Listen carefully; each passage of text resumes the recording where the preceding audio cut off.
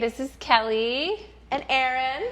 We are super excited about today's episode. Today we're covering addiction and recovery and how that shows up in our lives, what we know about that. So I'm just going to jump right in. Let's jump in.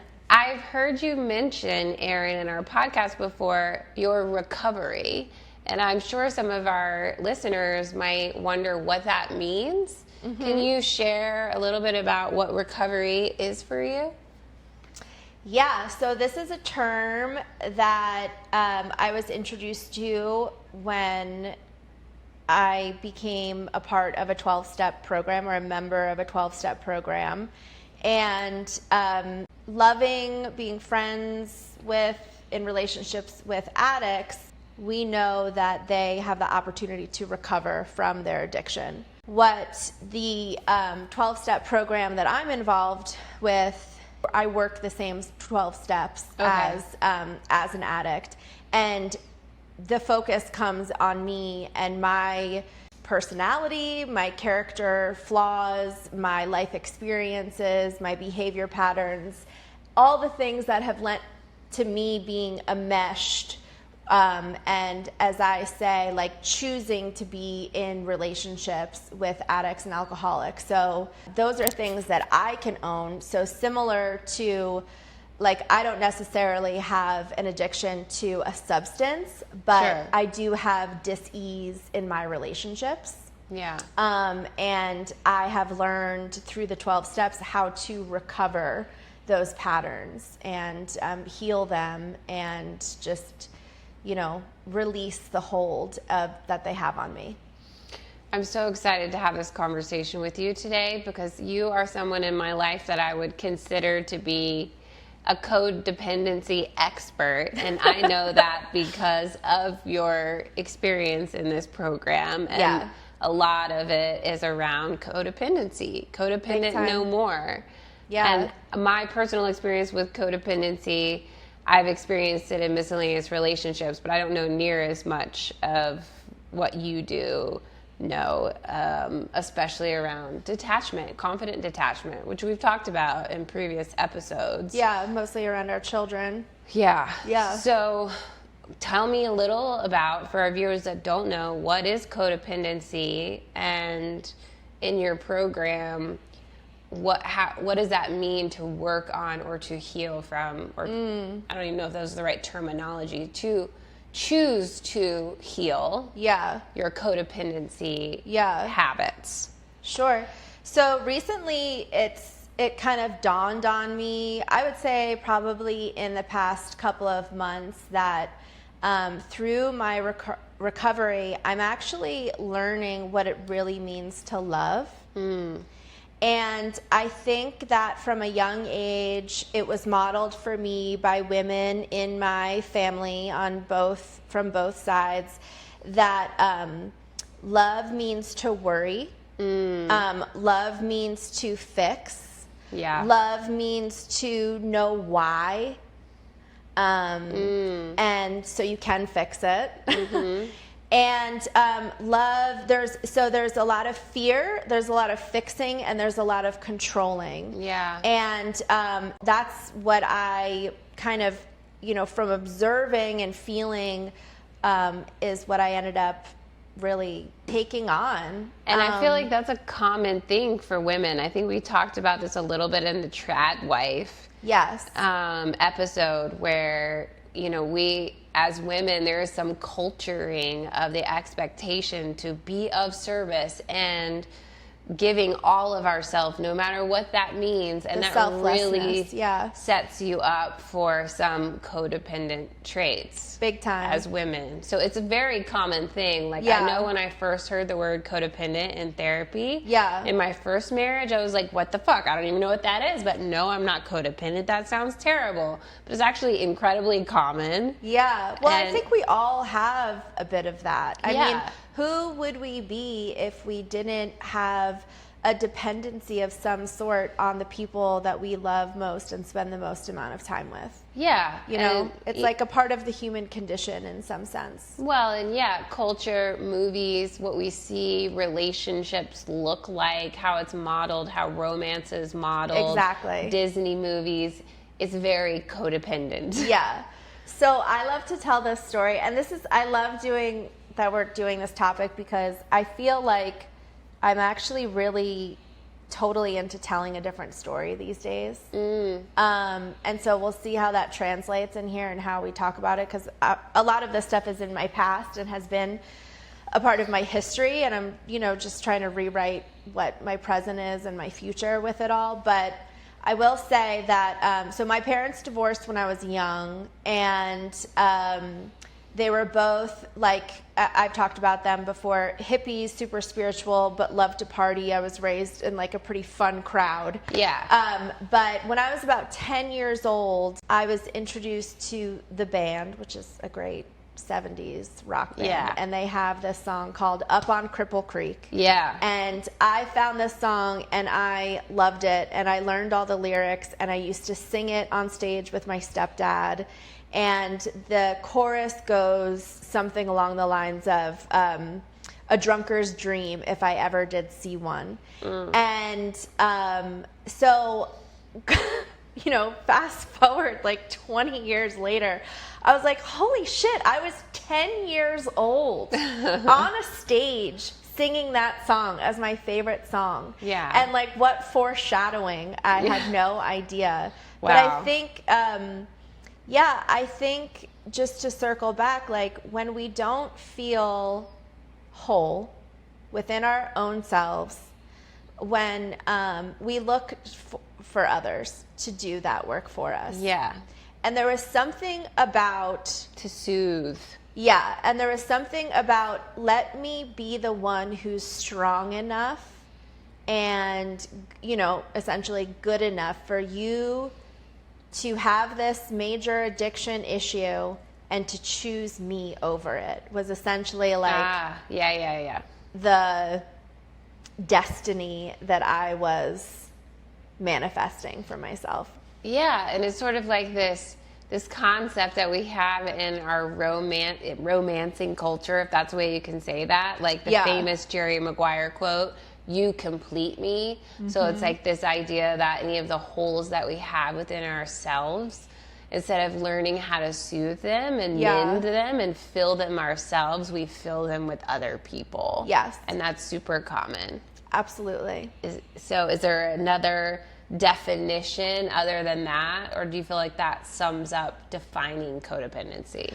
I don't know. I mean, codependency is like a pretty rich thing. But yeah, I think it's like, I think that could sum it up. It's like the holes that the voids within ourselves, within our beings, that we depend on others or seek others to make us feel safe. Yeah. So you've talked a little bit about programs. Do you mind sharing what those programs are that you're involved with? Yeah, it's funny. So it's Al-Anon, and it's for friends and family members of alcoholics. It's basically anyone who has a relationship with someone who feels affected by their drinking. I didn't say that right, but it's someone, if you know someone that you love and their drinking affects you, this program can help you. Okay. Yeah. And it's funny because when I first started it, or maybe I was a couple years in, but I was like, there's a lot of 12-step programs out there. So Al-Anon was created by the AA founders' wives. Oh, I never realized. I mean, I guess that makes sense. Yeah. So I've heard you use the word qualifier before. Yeah. Can you describe what a qualifier is? Yeah, so a qualifier is anyone who would qualify you to, this is interesting, to be in those rooms, to be in the room. So if you're someone who has an issue with someone else's drinking, you're essentially qualified to be in the room. We use that term qualifier to protect the anonymity. So when the program was started, like back in the 30s or something, you could imagine in like small towns and say it was like the physician or the town lawyer or someone, the mayor, you know, and he's like beating his wife and children, or something horrible is happening in the household due to drinking. They wanted to provide a safe place for people to come. So whatever is shared within those rooms is never spoken about outside of the rooms. And it's, you know, within our traditions to protect the anonymity of our qualifiers. So, you know, to not be detrimental or cause any further harm. But what's interesting about the term qualifier is, now that I've been working the program for many, many years, and, you know, became comfortable with the fact, like, oh, I'm here because of me, not because of my qualifier, which it takes a while for that to sink in. Yeah. I have come to realize that I am my own qualifier. Yeah. Yeah. That makes complete sense. So in some of our previous episodes, you've shared that you've had multiple close relationships with people who struggle with addiction. Can you speak a little bit about how that has shaped your life and your experiences? I mean, I know it's a really broad question, but is there a story or something that shows up? Well, I will say these qualifiers of mine, I have 3 significant ones. And the first one came into my life when I was just graduating high school. The next came in when I was 25, after in the midst of my quarter life crisis, when I moved out to the West Coast. And then when I moved to Colorado. So there were significant turning points in my life. If you were to line them up and take a look at these guys, you would never, there's like nothing you would see, like there's no type here. Yeah. What drew me to them, I always use the word magnanimous. They all have not just personality, but like a way of being that's kind of like larger than life. That's very magnetizing for people. Yeah. I was always like wanting to be in partnership with whoever everyone else wanted to be around. Yeah. So that was like a big part of just my unfolding and understanding who I am and how I want to be seen too. I am drawn to big personalities. I am drawn to people who like want to have the most fun, who want to like connect the deepest, go the hardest, experience the most. Yeah. And wouldn't you know, those are mostly addicts. I kind of do. Yeah. No. Yeah. Wow. Yeah, no wallflowers, for sure. And yeah, just like significant jumping off points. I mean, yeah, about to graduate high school, boom, like where am I going?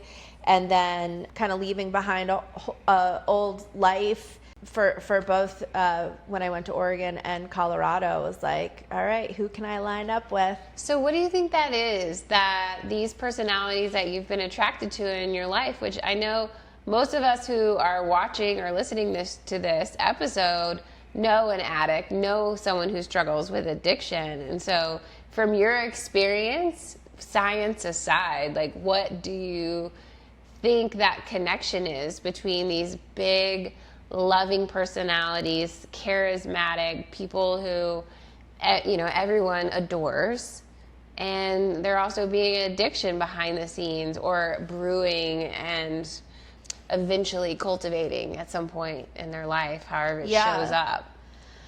Well, for me, and I think it also pairs with them nicely, it's actually low self-worth. Yeah. So I think that in confronting a threshold in my life, there was probably self-doubt and worry about what I could achieve or what I was capable of. Then I was able to attract a partner who felt like, oh, well, I could just tag along with him. Yeah.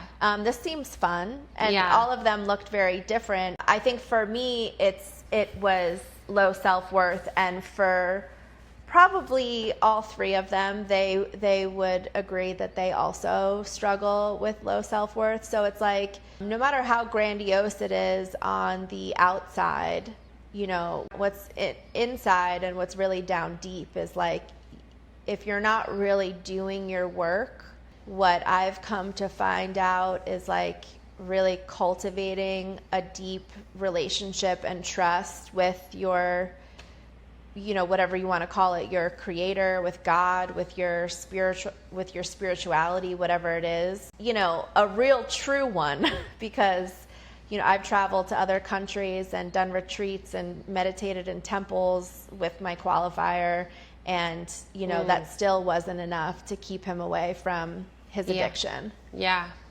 I mean, I guess that's my next question is, when we talk about addiction, with your close exposure to it, do you feel like, I know the program talks about addiction as a disease. Yeah. Is it your experience that you feel like there is a genetic predisposition? Yeah, I feel like there is, for sure. I mean, we've talked about suicide, and I know in my family of origin, there's depression, there's alcoholism, and there's suicide. Yeah. And one thing that I grew up being told to be very aware of was that fact. Like, I can, my parents like to drink and stuff, but they always let us know, like, you guys have to be careful because you never know how it's going to show up. Yeah. But it's interesting. So I actually reached out to all three of my qualifiers because I'm still in touch with them. Wow. Well, one I'm raising a child with. And I actually inquired about it. So with, I want to protect like their experience and their, not go into too much detail. I think there's just the lack of spiritual, there's the dis-ease that exists spiritually. Which I think we'll get more into, but scientifically you're asking about, like, is it hereditary or genetic? And I certainly think it is. And I did a little research, and I think there's a DRD2 gene. Okay. Is the gene that, I've talked about it casually with my friends when I've experienced this or that social circumstance, and, noticed certain people or types of personalities who maybe once they have one or two drinks just can't stop. Sure. Or drugs. They have a certain amount of drugs, and then they just feel overcome, and they don't know what happens. And I've heard from other friends who are addicts, sharing an experience of like, I can't stop, I want more, and then I'm, gone. Like, I don't know where I go, but somebody else comes out or around. Yeah. Yeah. And I guess it makes sense that it's a different gene, and we all grow up soothing ourselves in miscellaneous ways. Mm-hmm. Food, we might get, whether it's getting addicted to dopamine, things that make us feel good. Which I think is a part of substances too. Yeah. Yeah. Totally. Yeah. You could get addicted to exercise. You could get addicted to extreme sports. You can get addicted to sugar. External validation, attention. Control. So typically as children, I think money. I'd be curious to watch studies if there are research to find out if there are any studies around what behavioral traits you might start to see in a young child who starts leaning on this thing or that thing. At what point can you identify this sort of the DRD2 gene? Yeah. And how can you prepare them to make sure this addiction tendency doesn't get out of line? Yeah, so I think it's something that I am keenly aware of, raising a daughter with an addict. I don't know if we'll use this or not, but I'll share just what I got back today when I was asking, like, why do you think that you suffer from addiction? And this is fascinating. Yeah, he said, I've always been a deep feeler, a yes person, and a people pleaser. It started at a young age because I wanted people to like me, and I had no self-confidence or worthiness, so I thought. And he learned basically that he could use alcohol to wash away sadness, loneliness, and fears. I relate to that too. My mom always talks about like being really insecure and kind of lonely as a kid because she was so much younger than her siblings and her parents were much older. And when she found alcohol, she was like, oh my God, I feel great. Like, I feel amazing. It kind of makes you forget, Totally. And then as an adult, it became a temporary solution. So it was just, it escaped from self because he wasn't taught the tools to deal with emotions such as fear. He didn't know where his self-worth really was, and he never internally felt good enough. So he used it more and more to change his thoughts and feelings. And now through recovery, he's learning all of this. So no one gave him the words or the tools to look at that. So focusing, I guess, on the genetic part of it, I guess I just, having also struggled with self-worth and self-esteem, I think that raising children with addiction in the family, it's like, damn, like, how are we going to circumvent this? Or like, because you just have, I feel like you just have to be super honest and open. Yeah. But I also know that you can tell someone till you're blue in the face, I love you, you are worthy, you're amazing, you're strong, you're powerful. But if they don't believe that, and it's almost like, where does that come from? Does that come from trials? Does that come from, like, where do you build that sense of self and self-worth? That's like, for me, it's like going through difficult things. Yeah. How do you teach yourself? How do you teach a young person that they do have worth? How do you learn worth in your life experience? And I would guess that there is some moving through trials and tribulations and seeing how strong you are when you do come out the other side, and slowly but surely, little by little. And I don't know, maybe there's some inherent I don't know a human, really, who hasn't struggled with self-worth, right, to some degree. I know I have, and I'm always still working to be better.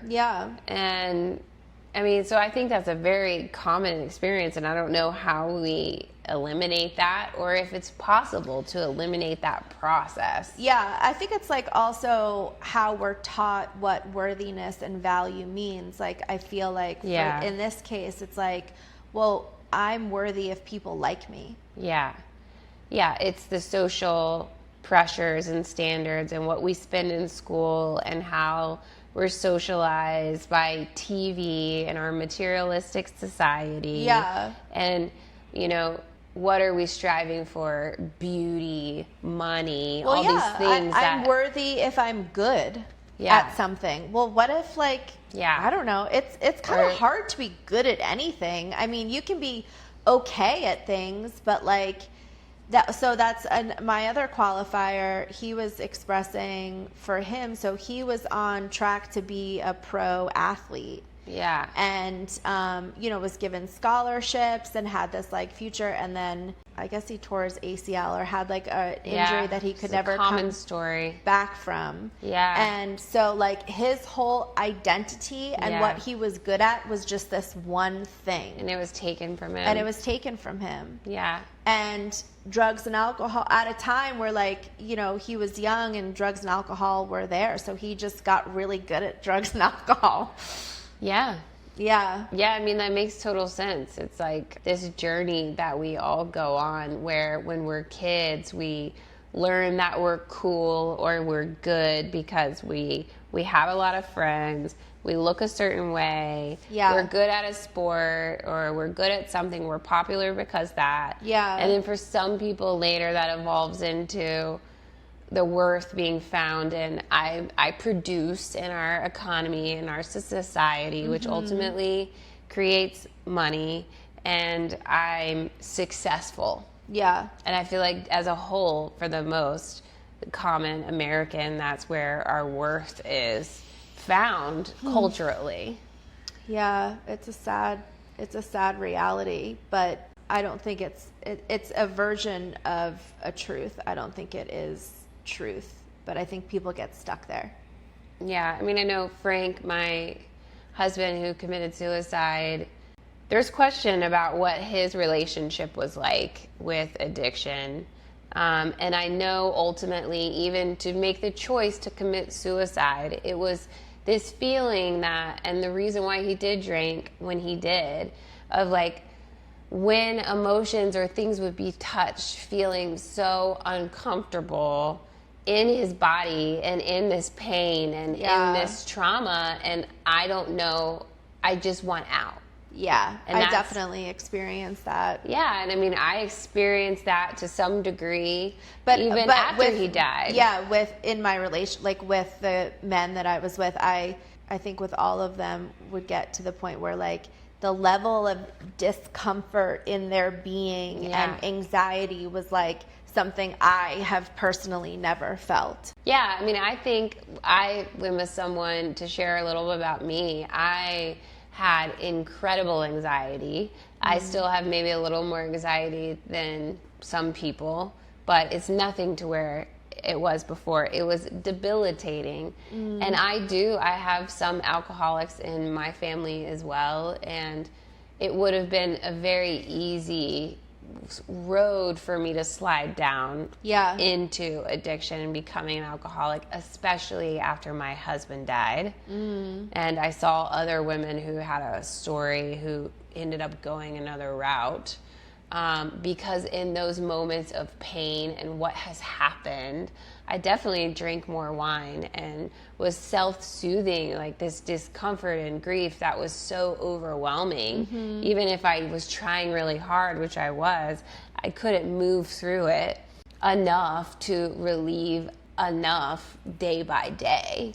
It's a lifetime at this point, but I got through that like gauntlet of time in the brief period after, and that would have been a really easy time for me to go into alcoholism. Yeah. And that's what I have always found so interesting, like what sets people apart, because, you know, I've definitely had times where I drank and, you know, browned out or blacked out, or Totally. I'm sure like I said things in a way I would never say if I was sober. So like my personality might change slightly. I've also, you know, gone heavy at certain times with different drugs, experimented, but there was never like I would go too far that I couldn't pull myself back. Yeah. And it was always like, okay, got it. Got the experience down. Like, I know what it's like to be on a Coke binge for 3 days. Yeah.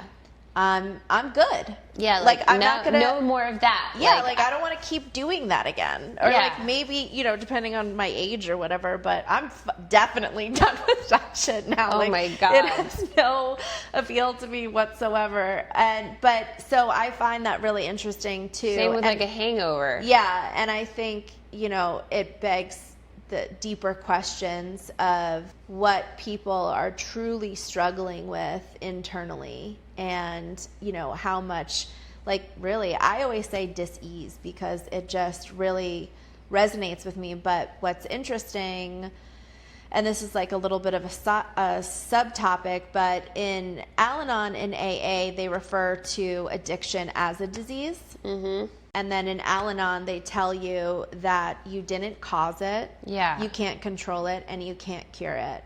Which is like kind of where you get stuck when you see someone that you love suffering from alcoholism or addiction. You're like, I mean, I've been told straight to my face, like, I drink because of you, and you're horrible, you know. Like it's your fault. Totally. And I thought that, you know, maybe if I changed or I was better, you'd stop drinking. And then I also thought, like, well, if I could control your every move, maybe I could stop you from drinking. But yeah, to understand addiction as a disease it was difficult for me. Actually became really clear as to why it's so difficult for me, and it kind of goes back to like how I was taught to love. When my sister-in-law got stage 4 lung, brain, and bone cancer, I probably spent the first 2 years really focused on why and what she did. I remember that created this cancer in her body. And it's kind of like where I really started to veer off from my mom, because she was kind of clinging to the same idea. I remember really stuck to that, and in a lot of ways, like, I value and I understand that, like, being a critical thinker. Ask why again. Keep asking why until you get down to the root cause. Like, I'm big on that for sure. But I think that this, it just comes into a much larger spiritual realm. Yeah. Of, like, it's not actually for us to know why. Like, there is no why that will ever make sense as to why someone I love so dearly was taken from her 3 children and, you know, her life ended. Like, I don't know if you feel the same way with Frank. There's, like, an existential why that's like, I mean, he'll never be able to tell you. Well, I don't want to spiritually bypass it, but I definitely dabbled into the spiritual realms looking for those answers of why. And while I hold some of those whys true in my understanding of why Frank died, I also fully surrendered to the fact that that may not be truth. This may be my own spiritual creation, but essentially that I trust that I've received that information and trust that I may never really fully know, and there may be more.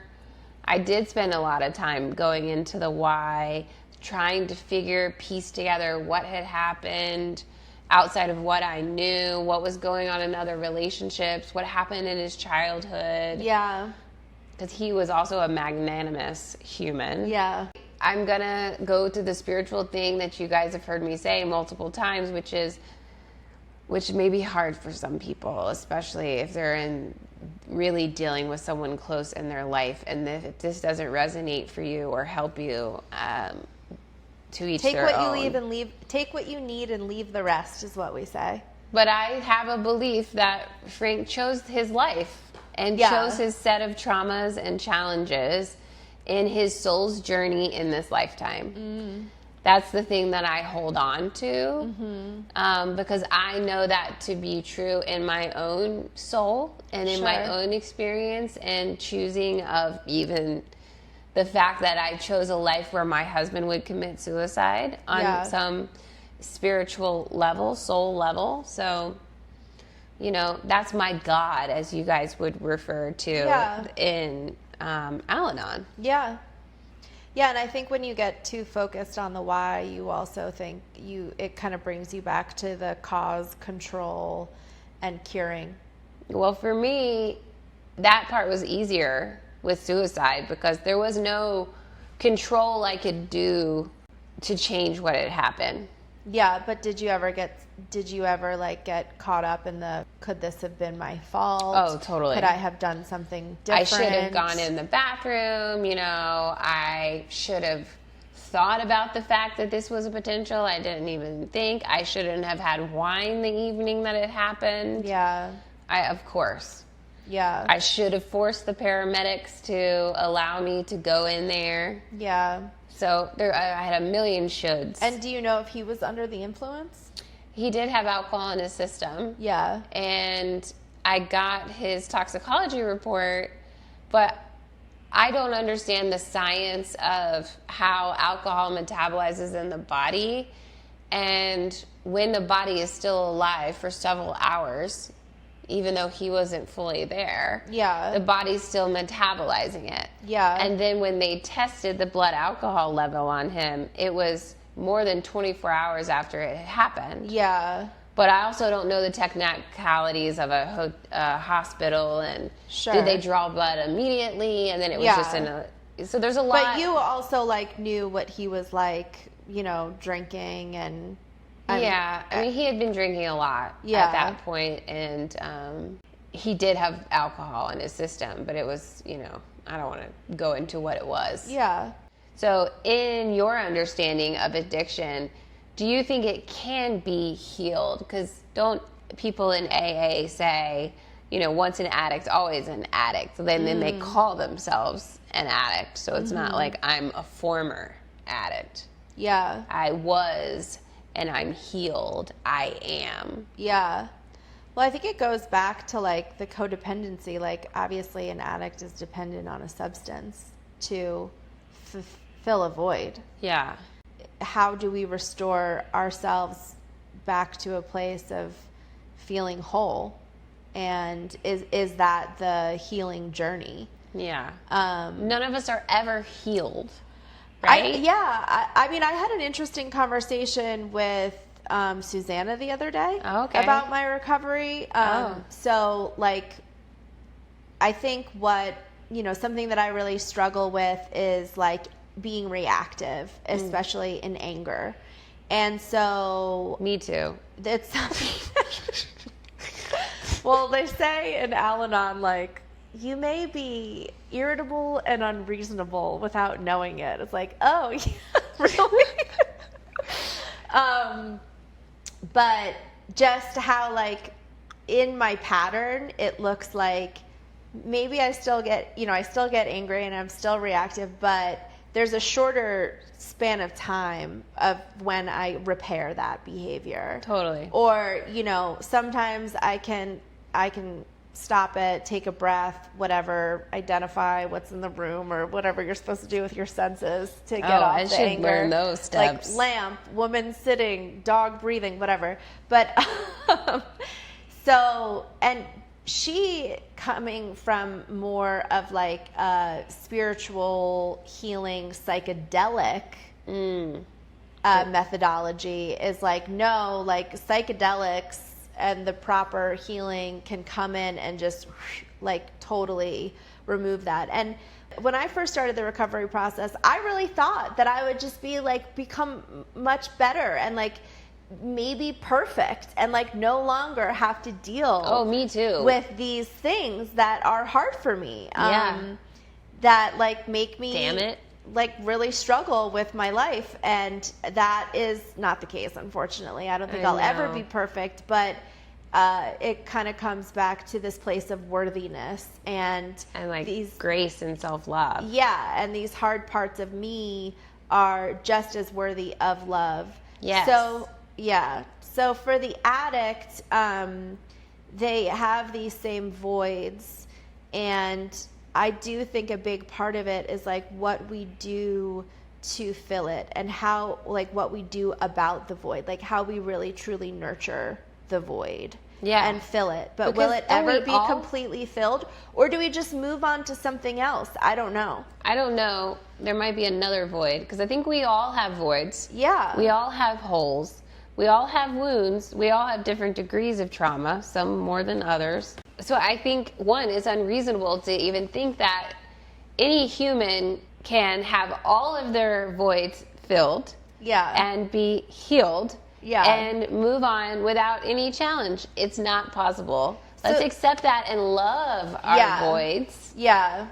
And have respect for what we've been through in our journey of how we got them and who we're becoming as we recognize and work on them. Yeah.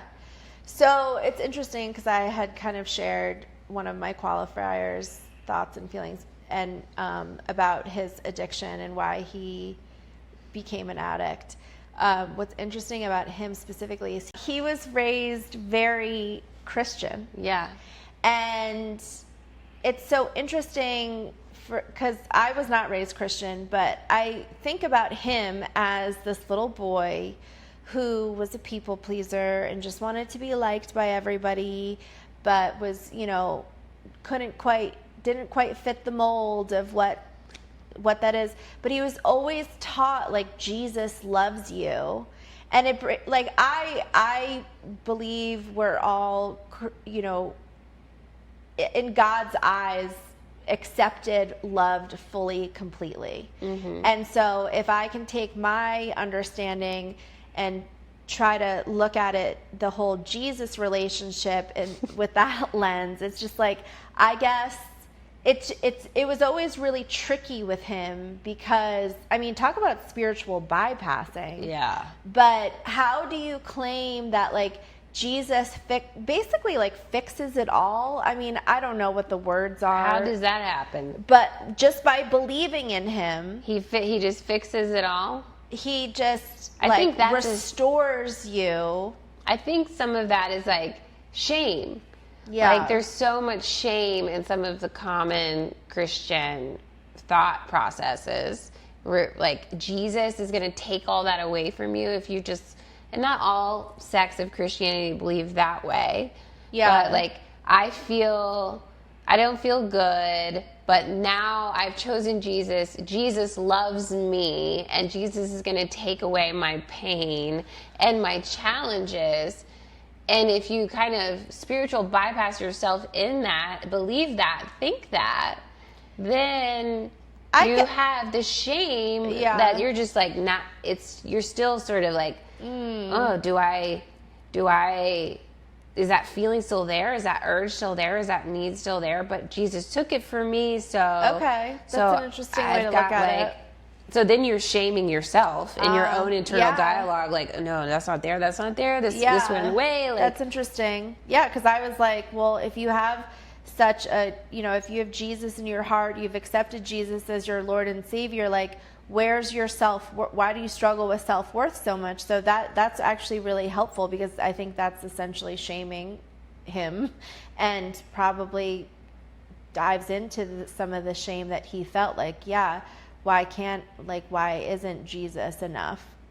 But ask about that, like if you are finding your self-worth through Jesus, but Jesus will accept anyone. Yeah. Like, I think you need other layers, right, of self-worth outside, maybe. Yeah, for sure. It definitely all comes back to a spiritual connection. Do you want me to read what Carl Jung says about addiction? His theories? Yeah, I do want to make one point that's coming to me that says, I think, tell me if the stories that you've heard, if this aligns. As addicts move through sobriety and the 12-step program, does that not build more and more self-worth and self-love? Like, Absolutely. Look what I've done. Look what I've overcome. Look what I'm overcoming.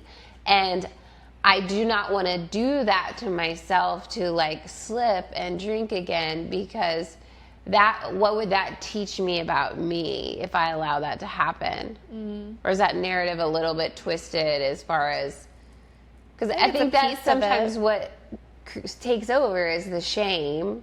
For sure. And then if you do drink again and you lose your sobriety, then some people, it's really hard to get back out of the shame, because it's like, what the fuck? How did I allow that to happen? Absolutely. And then you start back at the first step. And then you start over. Yeah. Yeah, so that's why they restart the steps, okay. Yep, they're in a very specific order. Yeah. Yeah.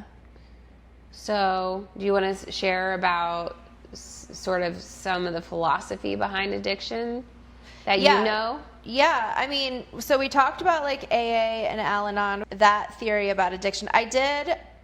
This is a little off topic, but I wanted to talk how the program works. Okay. So there's meetings that you can find anywhere. They're worldwide. They're usually an hour, and that they're free. And then they encourage you to do daily reading. And so they have literature, and then they encourage you to get a sponsor, which would be someone that you could talk to. But I wanted to read, so this is a daily reader called One Day at a Time that I tried to pick up daily. But I wanted to read from today's because I think it says a lot about how they see addicts and someone who's an Al-Anon who's also in recovery. So for July 3rd, somebody once said, "The only difference between stumbling blocks and stepping stones is in how you use them. It's a comforting thought that nobody can put stumbling blocks in my way, because I'm learning how to use them to step on as I progress to a saner way of living. There's no discounting the troubles caused by alcoholism. They're big and terrifying, but I can refuse to let them block my path. I can imagine that each is one of the 12 steps. At least I have God's gift of sobriety to help me, unlike the sick alcoholic who is tripped up again and again by a built-in stumbling block. So I think that's really interesting because really for me, recovery is all about attitudes and perception. So it says here, like, this is really big and terrifying. So it like totally validates your experience, but it also, they always encourage you to understand the alcoholic and have compassion for their experience, that they're like, what they're fighting is like a built-in stumbling block. So Yeah. it is in that an acceptance that they're going to continue to stumble. like they're predisposed for it. Yeah, genetically. Yeah, guess so. Okay. I If thought that someone was is good. listening and they love an addict, what's the best thing they can do to help? Don't you love that questioning? But I know that's the thought process of someone beginning this journey. I remember going to my 2 aunts who were both married to alcoholics, my uncles. One's still alive, one died. And I was like with my qualifier, and he had just done like an inpatient rehab program, and I went with him down to Florida. So I went to go see my family, and I was like, if you could do it all over again, or what's your advice to me? And they're like, get the hell out of there. Yeah. And of course I didn't, because I just don't think that sometimes we have that choice. Isn't that the answer? Help yourself. Yeah, the answer is to totally take your focus off of the alcoholic as much as you can, which is one of the hardest things to do, because oftentimes, I think our nervous system gets programmed to feel like it's life or death. Yeah. And, your heart and your livelihood and, is so involved. But yeah, to take the focus off of yourself. And I don't know, I always come back to the serenity prayer, which is, God grant me the serenity to accept the things I cannot control. Change. Yes. That is like, again, as a woman who's in love, I am trying to control, and I was taught that's what love is. That is not what love is. And you cannot control another person. You cannot control another person's drinking. The courage to change the things I can. And The wisdom to know the difference. And man, that wisdom, it takes a while, and it just comes in little unique pieces and parts, but like the courage to actually change the things you can. So the only thing that you can do is change yourself, and that takes a lot of courage. And but yeah, the self-care, I think, is such a huge part of what we can control, and how we feel about ourselves and what we feel capable of when we're taking care of ourselves instead of constantly consumed by someone else and their addiction. Is really like, it's where you got to start, and it just is little by little. Focus on what in your life you do have control over, and focusing on that and being in that. Yeah. And that's, I think, helpful for anyone in any kind of relationship. Yeah, it is. For sure. And because it's the direct correlation into the codependency element. Like, what is mine? What do I have control over? My thoughts, my actions, my choice of who I choose to be with, how I choose to be in those scenarios, or whatever the scenario is, or choosing not to. That's another big thing. It's like people come into recovery and Al-Anon with like, how do I change the person? How do I stop them from drinking? That's not what you're here to do. How do I change myself? Yeah. How do I take control over myself and my life? And what do I choose in my own life? Favorite resources? Melanie Beatty, Codependent No More, is a great daily reader. Resources? Exercise. Yeah. I mean, moving energy. Moving energy, for And sure. I think that's like a great tool for anyone who's learning how to soothe, which what we know when we spend enough time in psychology, our inner child, the one who's scared, the one who's afraid, the one who's insecure, is when you can move your body and move the energy in your physical body, that really helps soothe that inner child.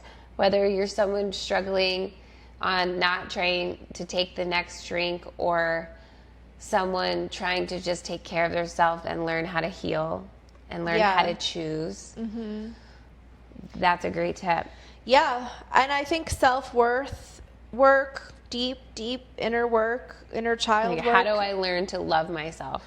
Simply. Yep, and also mindset work. I mean, for people in my position, I've been stuck. I mean, if I'm being really, truly real with myself, and it took me a long time to identify this, but I've been stuck in a victim role, you know, with these ongoing relationships for a long time, and still, you know, as a co-parent with an addict, like, I still just get caught, and it's a really tricky trap. Learning about martyrdom. It's just Savior complex. Savior complex, for sure. Because that is a very easy and common codependent thing, even with not an addict. But seeing something and going at it with the perspective that you are a victim, they are doing something to you, they have done something to you. Now, we can be a victim of all sorts of things that are legitimate victims, but what is your mindset around being a victim? Exactly. Because we do have a choice in our own mindset. We always have choices, and that's what this program for me is, you know, has been so powerful. I'll walk into a meeting and you know, this was back early on, I was so down and so hopeless. Yeah. And so, like, it's either I have to stay with him or I have to leave him. Very black and white. And what I came to learn is, you know, no one's going to tell you to leave, stay or leave. That's just not what you're there for. But when you can open your mind and your heart and adjust to the reality of the situation, that you have so many more choices, and really, like, everything is in the gray. And that perspective goes to everything in your life. Yes, really. For sure. Whether you're choosing to leave a relationship, whether you're choosing to leave a job, I mean, the options are endless there. Yeah, and it took me a really long time to get out of black and white thinking. I think it's still something I struggle with, like, what's good, what's bad. You know, I think coming from this standpoint in life now, especially when I hear women talk about men, their husbands in particular. Yeah. And, like, I'm 41, like, having people be like, I don't know if I should stay in my marriage or not because this, and this. I'm like, yes. Yeah. I'm familiar with this thinking. And it's just a trap. It just gets us stuck, and it backs us into a corner. And I'm going to plug a little design here. It's really interesting. I used to be a chronic black and white thinker.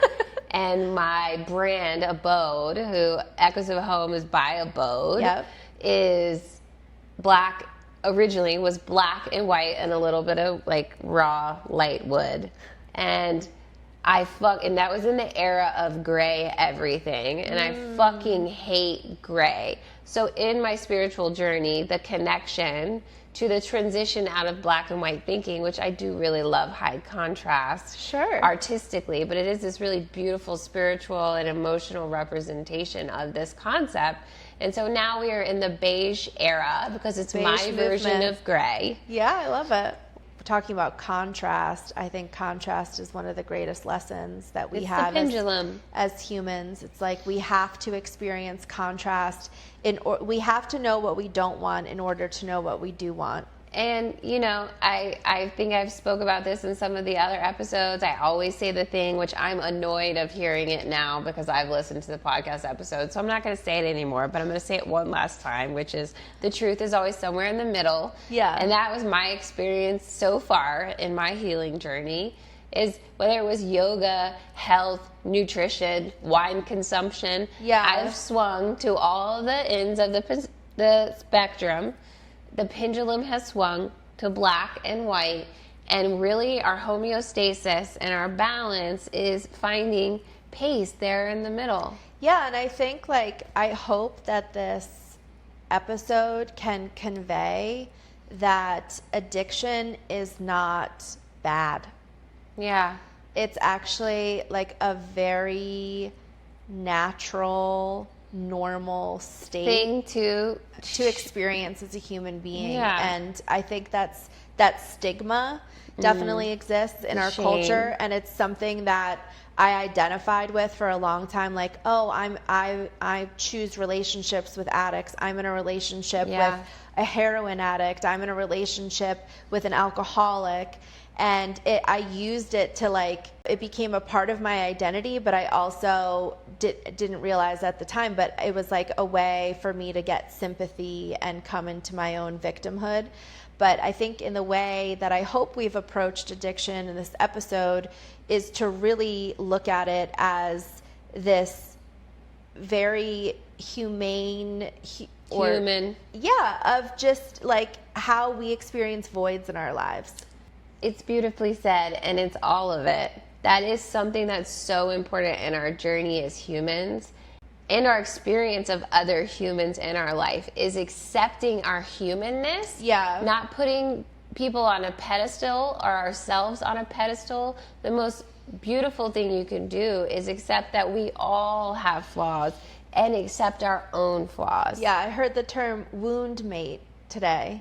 And when I was thinking about these three very significant relationships in my life, their wounding matched my wounding so well that I had no other choice but to address my wounding. And we choose people who have wounds that teach us about our wounds just so perfectly and elegantly.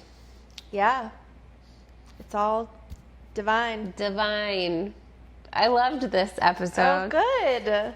Well, thanks for listening. Thanks, guys. We love you and your wounds.